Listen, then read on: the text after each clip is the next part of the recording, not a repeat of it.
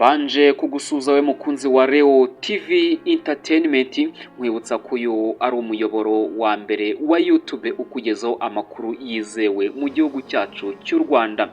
Ni inkuru rero yaje kuba isohoka mu kanya kashize, ni inkuru iri kuvuga ko ingurube yaje kuba yarya uruhinja maze se ahita ayica. Ingurube y'umuturage wo mu karere ka Ngoma yariye umwana w'uruhinja rw'ukwezi n'igice, abaturage batabara itari yamurya wese ngo imumare, ajyanwa kuvurirwa mu bitaro bya Kibungo. Iyi ngurube yariye uyu mwana kuwa kabiri tariki ya 14 Ukwakira 2025 mu mudugudu wa Kabira mu kagari ka Nkanga mu murenge wa Sake mu karere ka Ngoma. Ni ingurube ya Nsengiyaremye Theogene na Nzamukosha Janine bari baraguze kugira ngo ibafashe mu kwiteza imbere. Uruhinja rw'uyu muryango nirwo yariye ubwo yarusangaga mu mbuga.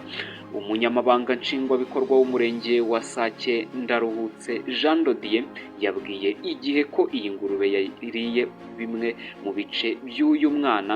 Yagize ati, umwana ari mu bitaro i Kibungo, ni kwa kundi ababyeyi baba bari mu burangare cyangwa kwa kundi ababyeyi baba barangaye. Ingurube yavuye mu kiraro cyayo, umwana yarari hasi mu mbuga, imugezeho urumva nyine n'indya byose nta kintu ibizi, maze ihita itangira kurya cyangwa ihita itangira kumurya, imukuraho umunwa n'amazuru. Noneho abantu baratabara barayitesha, ahita ajyanwa kwa muganga, ubu niho ari kuvurirwa. Gitifu Ndaruhutse yakomeje asaba ababyeyi cyane cyane abafite amatungo mu rugo kwirinda uburangare.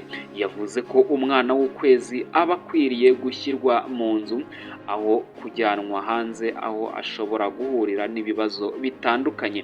Ati, ababyeyi nibareke kurangara, bamenye ko umwana w'uruhinja aba ari igitambambuga, ntashobora gutabaza cyangwa ngo yitabare, bajye bajyana aho bagiye hose. Ikindi turabasaba ko kuboroye bajya bareba neza ko ibiraro byabo bikinze neza, kuko hari amatungo ashobora kumera nk'ingurube akangiza byinshi. Ikindi turabasaba kujya batabaza kugira ngo niba hari ikibaye ubuyobozi butangire amakuru ku gihe, cyangwa butangire amakuru ku gihe kandi butabare ku gihe. Kuri ubu uyu mwana w'ukwezi n'igice akomeje kuvurirwa mu bitaro bya Kibungo, ariko bimwe mu bice by'umubiri we birimo umunwa n'amazuru bikaba byarariwe n'iyi ngurube, kandi iyi ngurube ikaba yahise yicwa na se w'uwo mwana, dore ko iyo ngurube yari yoroye uwo mugabo muri rusange. Iyi nkuru rero akaba ari inkuru yaje kuba ijya hanze ivuga ko iyi ngurube yaje kuba irya uyu mwana. Murumva ko rero ni ibintu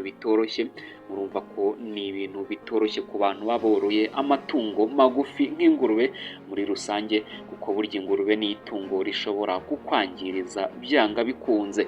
Naho njyewe rero twari turi kumwe muri iki kiganiro, nitwa Leo Dukuze. Niba tugeranye hano kandi ukaba wakunze iyi nkuru, kora kuri subscribe maze ukore no kuri like. Ndabona igihe cyo nakwifuriza nuko amafufu n'amafaranga byakomeza kugufubika.